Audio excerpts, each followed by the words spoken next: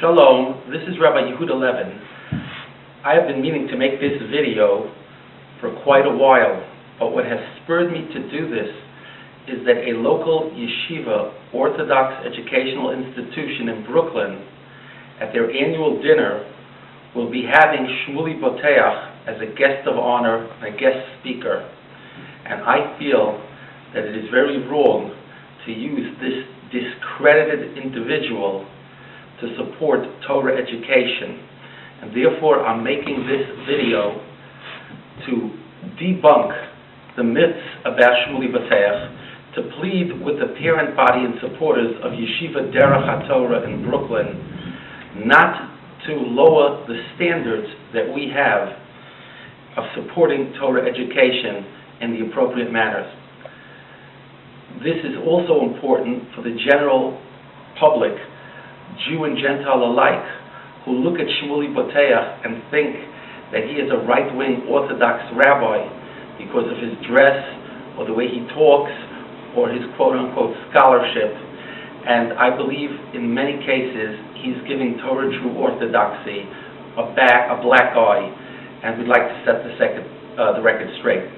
What's wrong with Shmuely Boteach? Plenty. But before we get to that, let's speak about some of his positive attributes. He's very bright, he's super articulate, he's innovative. 80% of his articles are very good. Probably one of the best self-promoters in the business. He's latched on to Uri Geller and got himself from there to Michael Jackson, and he even did a spin with Al Sharpton. In public, he'll wax introspective and be very self-deprecating as he philosophizes about his own huge ego. But after analyzing himself very well, does he change it all? Not that we can see. It's still all about Shmuely, Shmuely, Shmuely, Shmuely. This is the first of two videos on the subject of Boteach. Please share this link with your friends and let's get the truth out. In our two radio debates on the Alan Combs radio program several years ago, Boteach made sure to sell the first tapes of the first debates, where quite frankly I wasn't aware of just how shrewd he is, and I would say that he probably won that debate 55-45, and thus he's making money on it.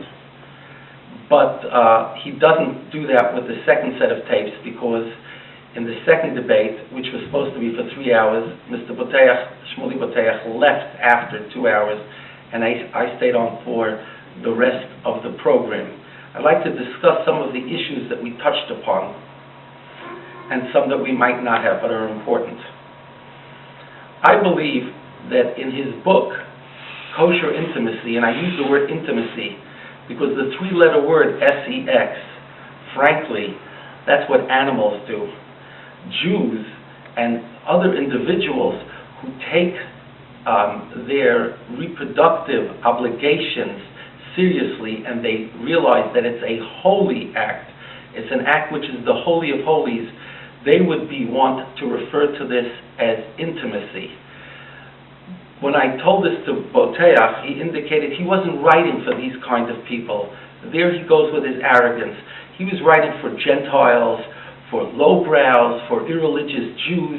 In other words, he had to speak in this kind of language when referring to the act of conjugation between two human beings, especially Jews, because he is talking about Jews.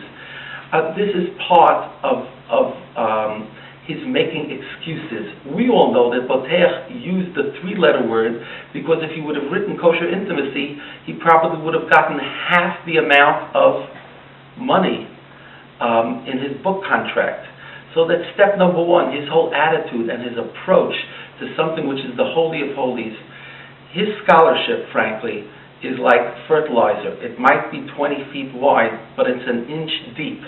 And in my next video, I'm going to go into practical examples of that.